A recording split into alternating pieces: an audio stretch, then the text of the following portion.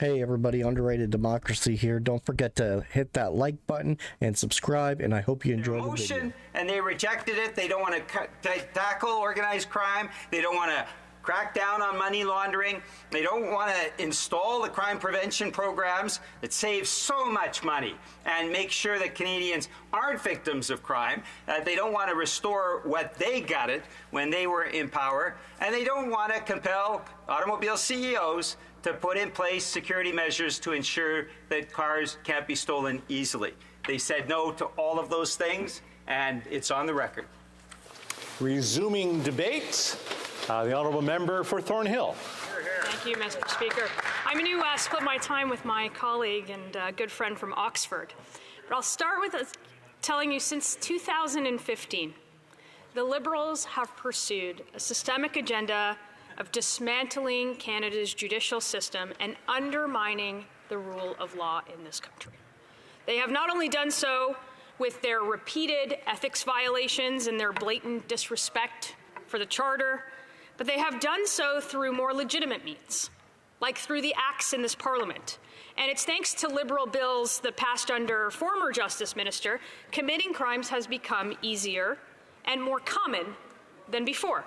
It seems that under this one, that streak will continue, given the responses we've heard in this House already, and some colorful language, of course.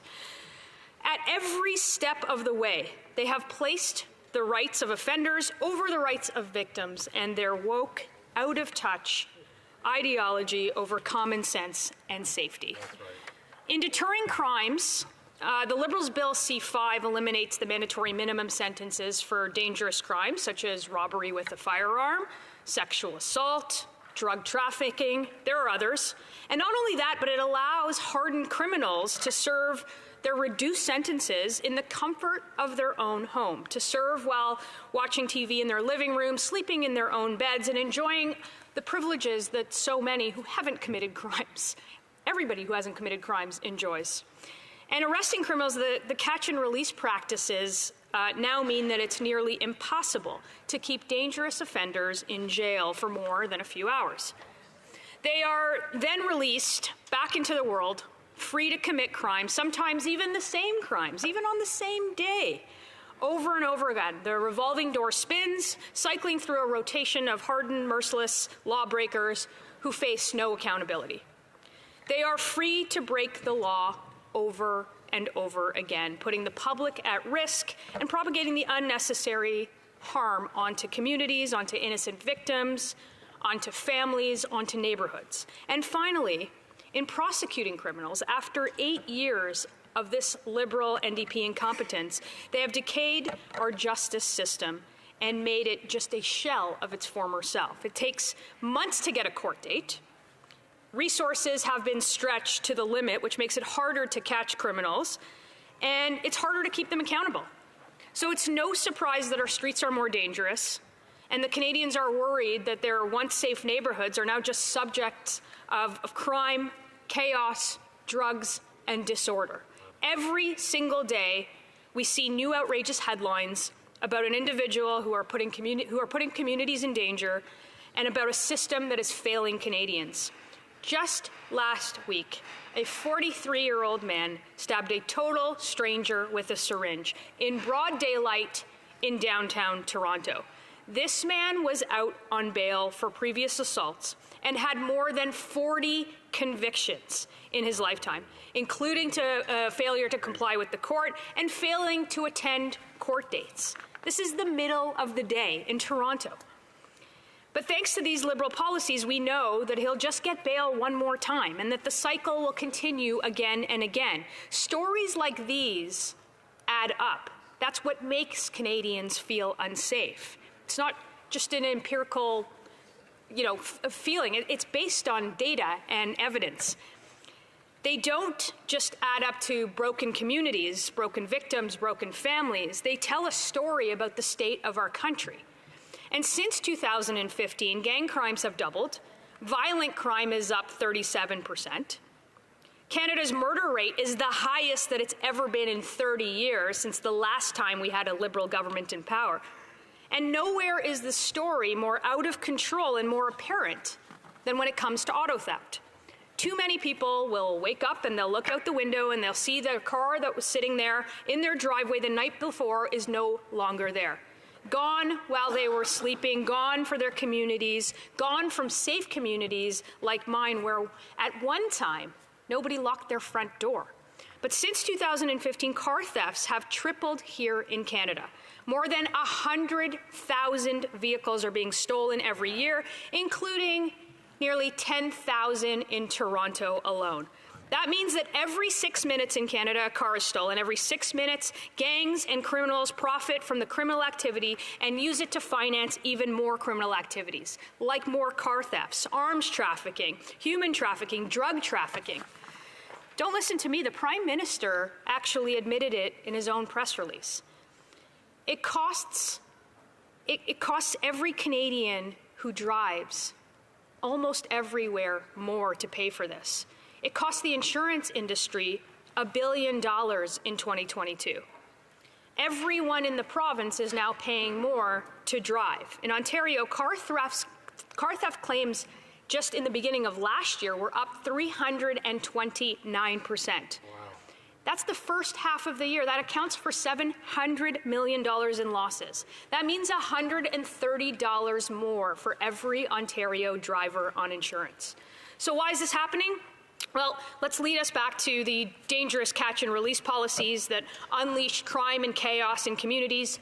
Bill C-75, it allows repeat violent offenders to be released on bail within hours of arrest, who then often go and reoffend.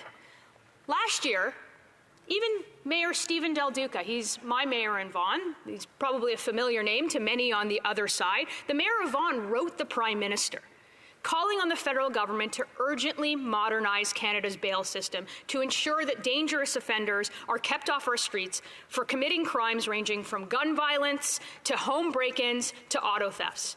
The mayor wrote then Canada's public safety minister at the time asking about auto theft specifically, asking that CBSA protocols are tightened for screening, for inspection, for exports leaving our country. It fell on deaf ears. There was nothing from the government's member of parliament who represents a riding in Vaughan until just last week. That letter was written in January, after the problem got so out of control that the council had to step in, demanding action for something that they've been asking for. After offenders have been convicted, don't let it stop at Bill C-75. Bill C-5 gives those convicts house arrest, even those with long, storied histories of stealing multiple cars. This means that they can just walk out of their front door, be on their streets again, and start stealing cars and terrorizing neighborhoods when they are doing whatever they are doing in the comforts of their own home. And one last thing, the federal government is, of course, in control of our ports. That means the places where organized crime is taking place, en route to federal ports, at federal ports, and of course, stolen cars waiting at federal ports to be shipped overseas. It is time for a new approach. It's time to start increasing mandatory jail time to deter the actual crime and not to have people keep doing it over and over again. 3 years for 3 thefts. And of course, ending the house arrests for car thieves, while also increasing sentences for gang-associated car thieves. Police, insurance association, community groups, and business organizations have been sounding the alarm bell about this for years. Our own constituents send us videos of this happening right in their front driveway, but their concerns have fallen on deaf ears of the Liberal government. And in the meantime, they still continue to stand with lawbreakers instead of law enforcement. Now, the calls have reached a breaking point. They're finally going to do something about it. But what is that something? Are they going to increase the punishments? No. Are they going to end catch and release policies?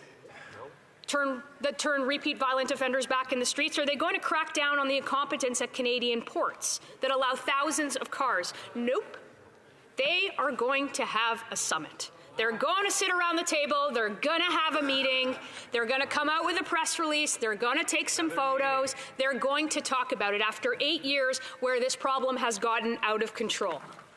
They had a summit on food prices, Mr. Speaker. Food prices went up. They had a summit on housing.